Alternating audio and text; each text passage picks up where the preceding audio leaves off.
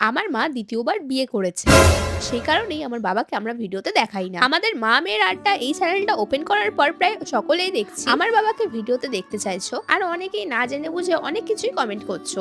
দেখো, আমাদের এই মা মেয়ের আড্ডা চ্যানেলে 10K ফ্যামিলি স্পেশাল আমরা একটা Q&A ভিডিও বানিয়েছি, যার মধ্যে আমার বাবাকে না দেখানোর কারণটাও তোমাদের সাথে শেয়ার করেছি। লং ভিডিওটা এখনো অবধি না দেখে থাকলে দেখে নিও তোমরা। বাই দ্য ওয়ে, আমাদের মা মেয়ের আড্ডা চ্যানেলে 10,000 সাবস্ক্রাইবার কমপ্লিট হওয়ায় আমি ভেবেছিলাম একটা কেক এনে ছোট করে সেলিব্রেট করব ঘরে সবাই মিলে। কিন্তু আমার মা যেহেতু কেক বানাতে জানে, সেই কারণে মা বাইরে থেকে আমাকে কেক আনতে বারণ করে দেয়, এন্ড আমরা ডিসাইড করি যে ঘরে কেক বানিয়ে সেলিব্রেট করব। আর এখন যে আমি কেকটা বানাচ্ছি দেখছো, এটা কিন্তু পুরোপুরি আমি একাই বানিয়েছি। আমার মা জাস্ট আমাকে হেল্প করছিল, কারণ আমি চাইছিলাম মাকে একটু স্পেশাল ফিল করাতে। আর শুধু আমি, আমার সাথে সাথে সৌরভ, আমার ভাই, সবাই মিলে, মানে বাড়ির সবাই মিলে আমরা আমাদের এই 10K স্পেশাল কেকটা একটু একটু করে বানাচ্ছিলাম। জানি কেকটা ওপর থেকে দেখতে ভালো না লাগলেও কেকটা কিন্তু খেতে দারুণ হয়েছিল। আমি না ভেবেছিলাম কেকটার ওপরে 10K ফ্যামিলি এই লেখাটা লিখবো, কিন্তু সবাই মিলে আমরা গোলাপ ফুলগুলোকে এত বড় করে ফেলেছিলাম যে সেটা লেখার আর জায়গায় ছিল না। যেহেতু আমাদের এই মা মেয়ের আড্ডা চ্যানেলটা শুধুমাত্র